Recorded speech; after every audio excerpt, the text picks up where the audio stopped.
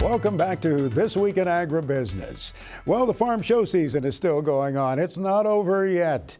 And we'll be going to Grand Island, Nebraska for Husker Harvest Days. We look forward to being there in the week ahead. That show running Tuesday through Thursday.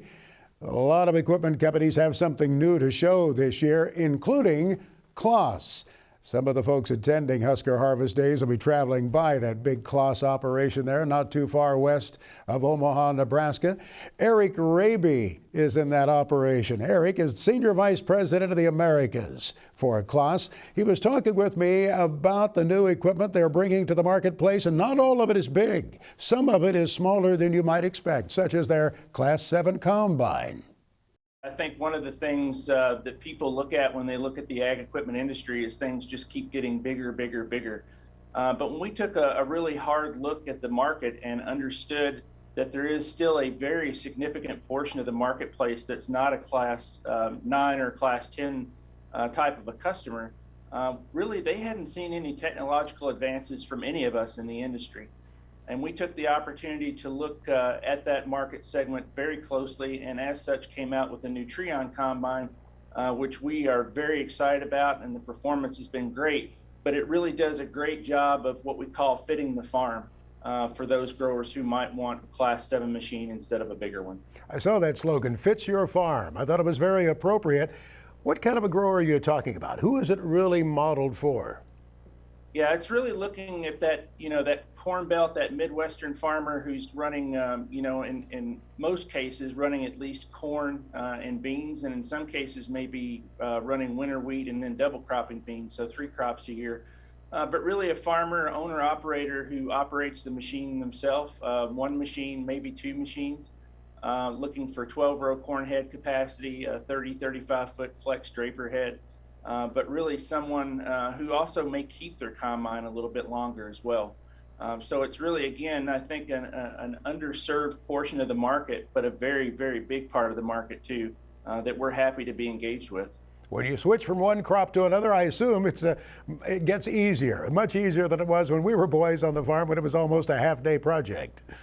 Absolutely, yeah. Right now we've got it down to timing a crop changeover in terms of seconds. Not even minutes or hours, and most everything is done from the cab, so you can unhook your corn head and go right to your flex draper head.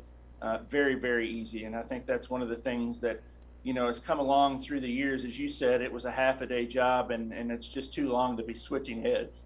Do you have all of the monitoring capabilities up in the cab that you would with a larger combine? Absolutely. In fact, it is the same cab. We're also introducing a new cab on our traditional Lexion series, and the Treon model, the new one that we're talking about now, was the first machine to get the new cab. So it's got the exact same cab as all the other combines, and also the same monitoring capability. So you'll feel right at home and feel like you're in one of the best harvesting machines in the world, which is a CLAAS combine. And to switch from the Treon to the Axion, let's talk a bit about your new tractor offering.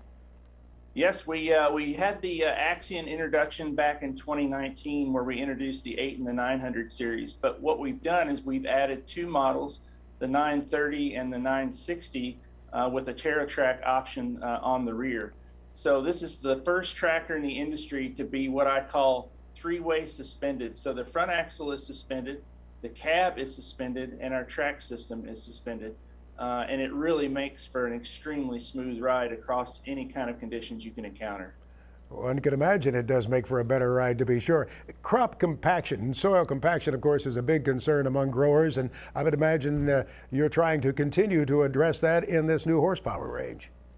Absolutely. I think if you take a look at CLAAS and the history of tracks on our combines, tracks on our forage harvesters, and now tracks on our tractors, it really does continue to help us tell the story of compaction, but also traction in less than ideal conditions. It really does do a great job at both of those. And from an efficiency standpoint, in terms of tractive effort, it really does help put that power to the ground. So in many cases, you might be able to run a slightly smaller tractor than you would with a wheeled version, just because we are better able to get that horsepower directly to the ground. Nearly every hour we hear about inflation. That's in the news. And we suspect that you, being in corporate America, are challenged by the same inflationary factors that farmers and others are. We are definitely, and we really do closely watch that on the two fronts that you mentioned. Number one is on our front. I think one of the good things is we are starting to see some stabilization in pricing as it relates to steel, as it relates to freight, whether it's truck freight or ocean freight. Starting to see some stabilization in that. Labor costs continue to be high, and this extends not only to us but also to anybody in the working world. Labor costs are continuing to be high. The other thing that we do watch, though, is farm income. And right now, the projections are that farm income is going to be falling next year. And we're really paying close attention to that and seeing, what can we do in this light of raising prices and things like that to kind of share some of that burden.